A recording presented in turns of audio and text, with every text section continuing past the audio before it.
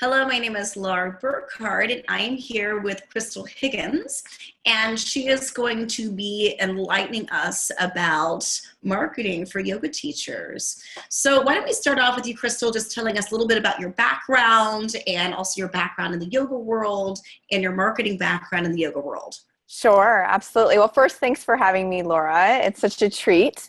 And so I'll kind of back up and give a little bit more about my story. So I'm a yoga teacher and I do marketing, but like most of us, I didn't start out that way with my career. I actually began in the corporate world doing marketing for high-tech companies. I was even in the wine business for a minute and the nonprofit world.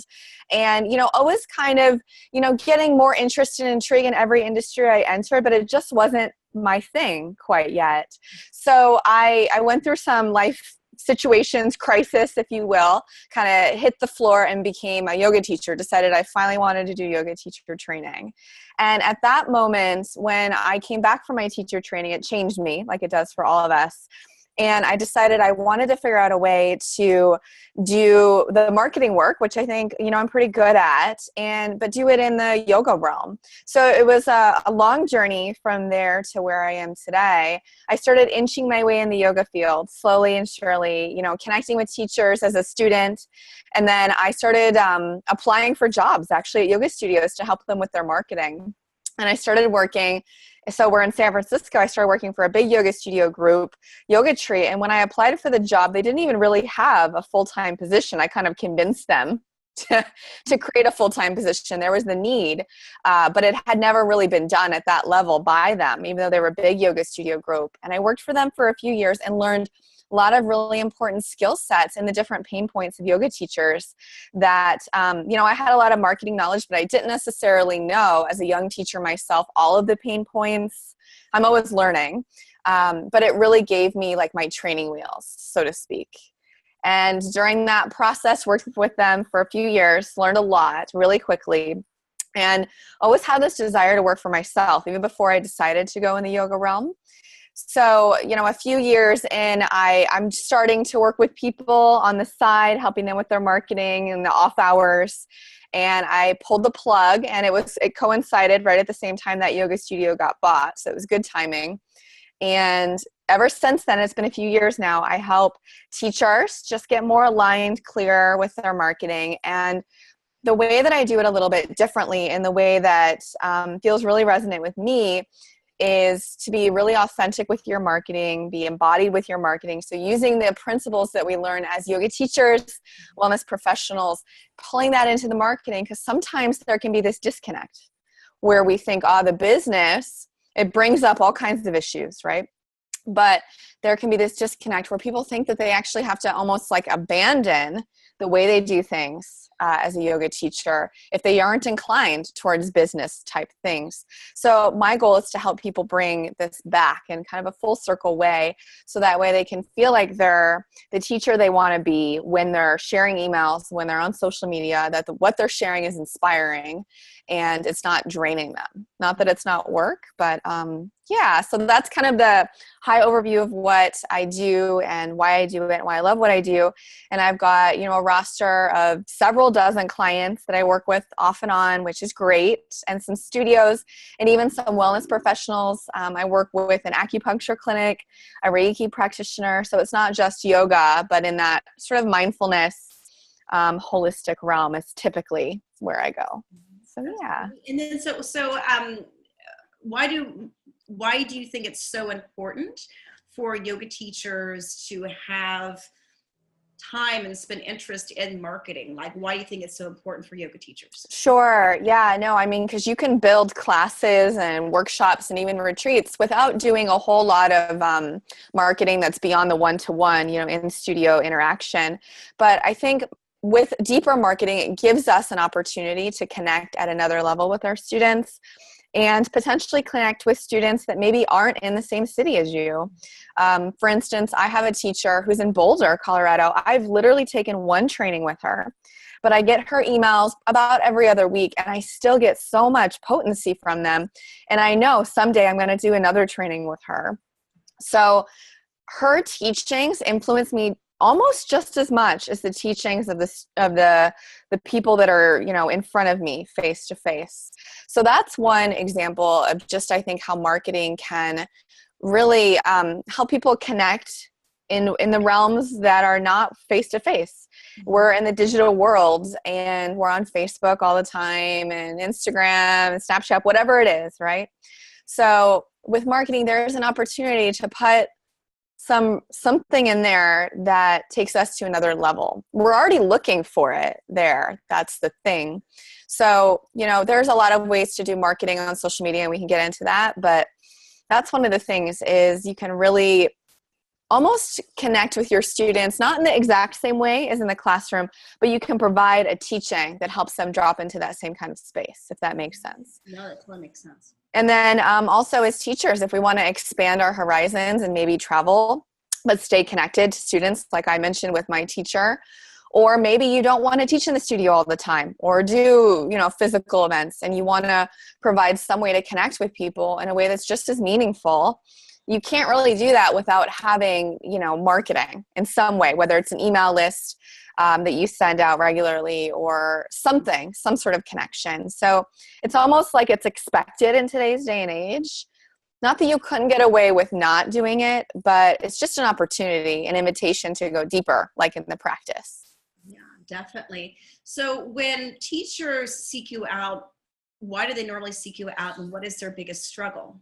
Yeah, so it's frequently, there are a few types of clients that I get. Most of the clients, they've done a little bit of marketing, and either they're uninspired by what they're doing and they're not sure how to do marketing in a way that feels real to them, or maybe they don't have enough time and they're not sure what direction to go in, and they're kind of like a bunch of ideas but not sure how to ground and focus.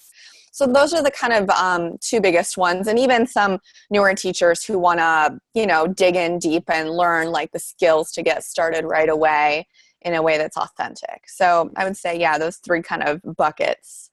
And, one of the biggest things I build with people is consistency. Mm-hmm. So regardless of what you're doing, trying to make sure that you're doing it in a way that's a little bit regular. And it doesn't have to be every day, a million times a day, but I would say, at least every week, if possible, something out there to connect with people. Mm-hmm. No, that's good. And what is the marketing advice, the biggest piece of marketing advice you would give to like a newer teacher?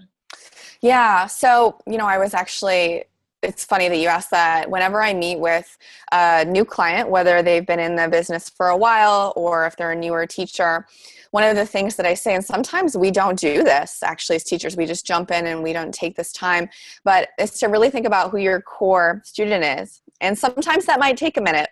You might have a desire to teach in a certain way, and you have a thought about who your student might be, right? So trying to connect to your tribe, your people who get you, who really are inspired by your teaching and just want more of what you're doing, and you're not as scared to be your most authentic self with those students. So connecting in with those students, even like writing it down, describing them, who are they? Are they moms? Are they married? Are they divorced? Are they, do they live in like a city and they're crazy busy? Do they have family? And, like just the different things of all the main students that you're seeing that are really connecting with you. And after that, just think about a way that you can both obviously teach to this core student, because they're the ones that you're pulling in already, right? So it's not like you're creating something. And think about maybe one marketing thing that you could do in order to connect with that student digitally, so outside of the classroom. For instance, I found recently a lot of new mothers are actually really drawn to my classes. I think that's because I've done a decent amount of trainings and I really love working with women. So, one of the things that I'm looking toward building in my marketing is a mini sequence for PMS, and then a mini sequence to help women feel more embodied and just more connected to our creativity as women, things like that. So, I'm kind of taking my core audience and taking things that I want to do and figuring out some things that could really light those people up. So I would say just start small, write down your core audience, and then maybe brainstorm like one idea, one thing that you could do It could be a blog that connects directly with that person and what their pain points are. Or like I said, a video or something, an inspiration of some kind that is related to how you teach. Hopefully that makes sense. No, it makes sense. And so kind of reiterating, you're saying define your target audience, who resonates with you, what is their struggle, what is their biggest struggle, and meeting that need through some type of marketing tool. Right. Which really isn't, I mean, you can rephrase it. It's like you're meeting their need. It's not like you're trying to sell something to them, but you're right. Them. Right. Yeah. And sometimes, our core students aren't just one type of person. I want to specify that too. But maybe there's some sort of common thread that these people are looking for in a yoga teacher, and you're providing that. So then you could take that thread, that thing, whatever it is, maybe it's I'm an office, I work in an office all the time and I'm really stressed out. And this teacher is providing more space for me to feel into my body, let go of the stress, whatever it is. And maybe you're doing it in a way that's different from other teachers. So then you create something that connects in with those people. Mm-hmm. No, that makes sense. Could be like a 5-minute meditation they do at, lunch or something. Mm-hmm. Yeah. Would you give the same advice to a more seasoned teacher, or would you change that up? Do you think more seasoned teachers have a different struggle that they're dealing with? Well, yeah, I think seasoned teachers, sometimes they can have the same struggle, of course, but oftentimes, so there are a few things. With seasoned teachers, what I would ask them is just looking at what you're doing and does it make sense, right? Sometimes, even though we know it's better to be targeted with marketing, we can just throw everything out there and hope something sticks, right? So just does this video that I created or this workshop, does this make sense for my brand, for the type of people that are coming and have been coming to my classes? And maybe there's a workshop you're doing and you're leading to a training. Do they connect, the workshop and the training? Or are they kind of separate? It's almost like a metaphor. In a yoga sequence. Are you doing triangle pose just to do triangle pose? Not that it's not a wonderful pose to do, but does it connect with every other pose that you're doing? Is there some sort of thread? Now, there are threads to be found in all kinds of different things, but are you finding that thread and are you making the connection? Or is it just random and arbitrary? I've been seeing this with a lot of my teachers lately. They've been talking about just being really resourceful about your energy and your time. Because as you start to grow, you want to expand in different directions, maybe online offerings, maybe teacher trainings, maybe traveling, and just making sure that everything makes sense. Is this studio that I'm going to in this market, are my students there? Is there someone there that is connected to some of my students, someone who can help me, promote on the ground my work if you're not in that actual city? And would the people that are coming to that studio, would they connect with me as a teacher? Or are you teaching a restorative workshop at a hot yoga studio and it doesn't make any sense? That's a dramatic example. But just getting really, really targeted and smart. So taking what I said before and just to the next level and looking at what you're doing and where you're where are the holes, where are you avoiding and what that avoidance is about. No, that makes sense. It seems like a lot of times as yoga teachers, especially over time, if you've been seasoned, you want your hand in everything because you think, well, if I try out this and I do this, right. this, and instead of doing that, just condensing that and validating that and be like, no, I'm going to focus on this. This is what's resonating. This is the studio that resonates with me, or these right. online offering that resonates with me. And just making sure that everything is succinct and works with one another. Yeah, and it's sorry, go on. Yeah. No. And as you were saying, for your time also, as yoga teachers, we do give out so much energy, and how to, in order to make it sustainable, it's sometimes putting everything out there it's not going to be helpful to you or your energy or to your students. It's true. And, it can be a little scary to do that, right? To go narrow and focus. And it's not that it can't change. So that's another thing that's really important to remember. Just like anything, you can focus, on your core, but maybe something happens with your life, or maybe something happens where you are or whatever, and something shifts. And just know that it's always evolving and you can continue to shift. One of my teachers, it's not all lost. If you focus and then you went, oh, maybe I need to expand in a different way. We're all learning on this journey together. But I would encourage people to see if you can really start to narrow it down into the people that get you, and focus your energy on things that are going to continue to resonate with them. Yeah, that's really good. That's really good. So what's the marketing advice, or what are actually some tools that yoga teachers could easily apply to help with their yoga career and help build their business? Sure. I mean, some of the basic ones are, I would say email marketing is still the best tool out there. Obviously social media is big, and it's great to be on there, and I'll talk about that here in a second, but email marketing, I would say, is like the low hanging fruit. So there are different services that you can use. I love MailChimp just because it's so easy with the design, and not every service is perfect, but they have a lot of ways to make it look really nice for not that much effort, which is great. So I would recommend, signing up for that, and maybe thinking of some different ways that you can share teachings via email and tell people about events through that as well. So that's one tool. Another one, obviously getting on Facebook with your brand page. I would recommend that if you don't already have it. And, I would recommend, I'm still under the impression, things are always changing, to have it be your name.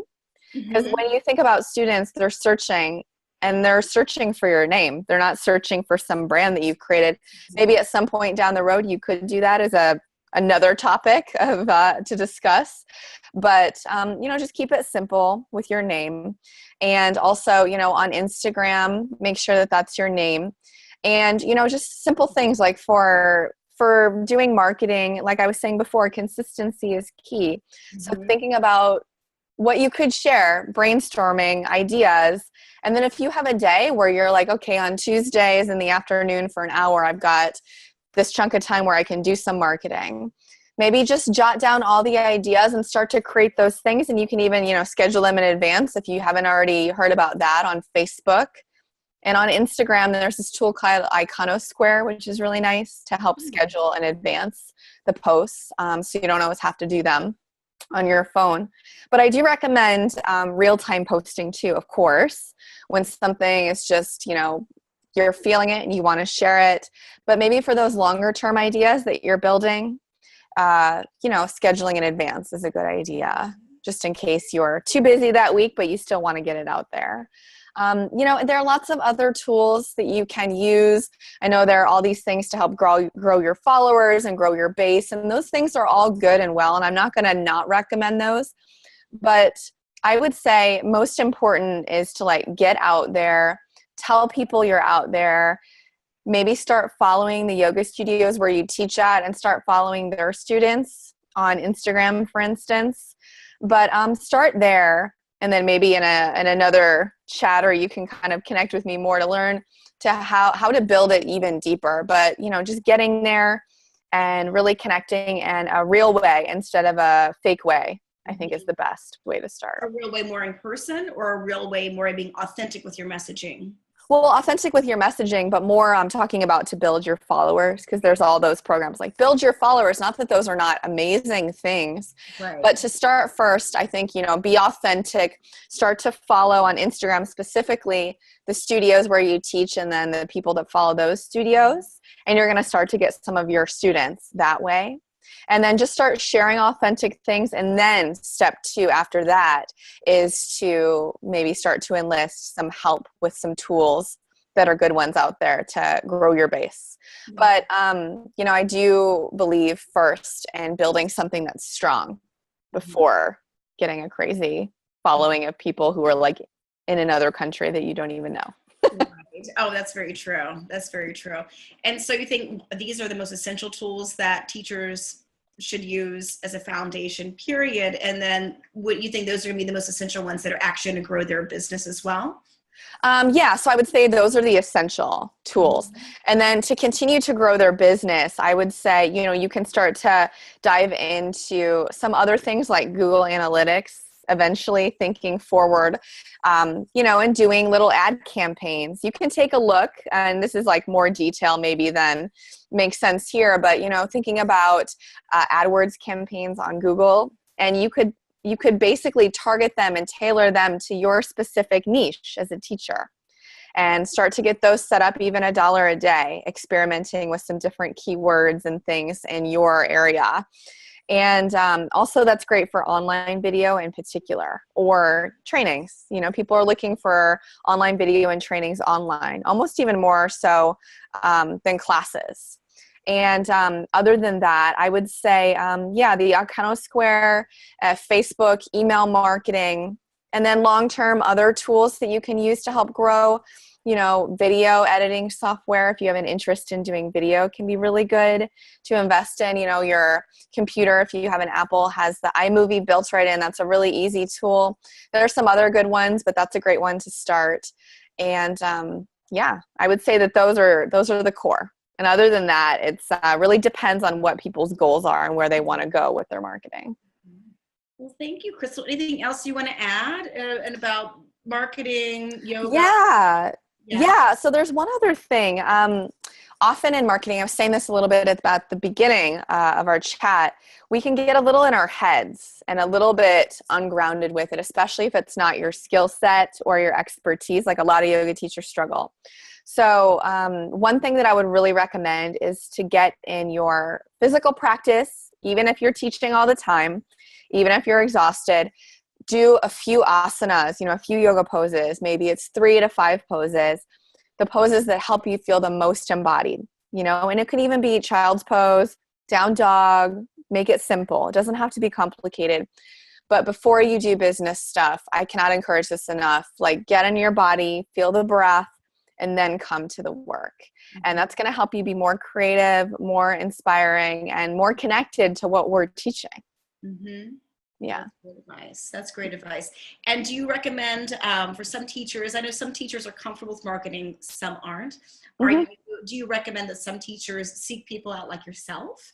Yeah. I mean, definitely. If you feel like you want help either going to the next level, you're kind of stuck, or you're not sure where to start, or you've all got all this stuff and you're not sure how to ground down or manage it and stay focused, definitely reaching out to someone like me or someone else, in the field, I would really recommend. Can just help you stay on track and feel really connected to your long-term goals. Even if it's just a little bit each week, it really does make a difference. So I definitely would recommend seeking someone out. And I'm getting ready. I'm actually been kind of head down working on my own thing. I've been putting together this marketing program.